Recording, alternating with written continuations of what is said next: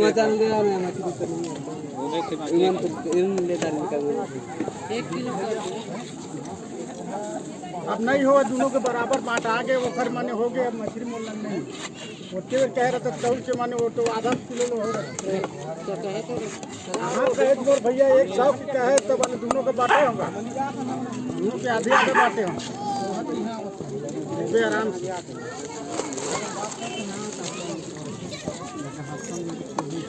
आज पास रहा रे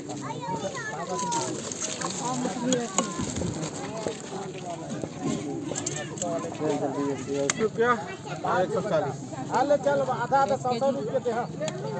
दे दे कितना देना बोला वाली चाहिए बना थे आधा आधा दोनों जन ले बांट दे कौन कौन दे दे इससे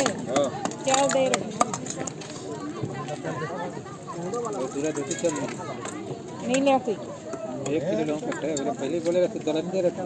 हां नहीं दे रहे मैं सब काट के दे रहे थे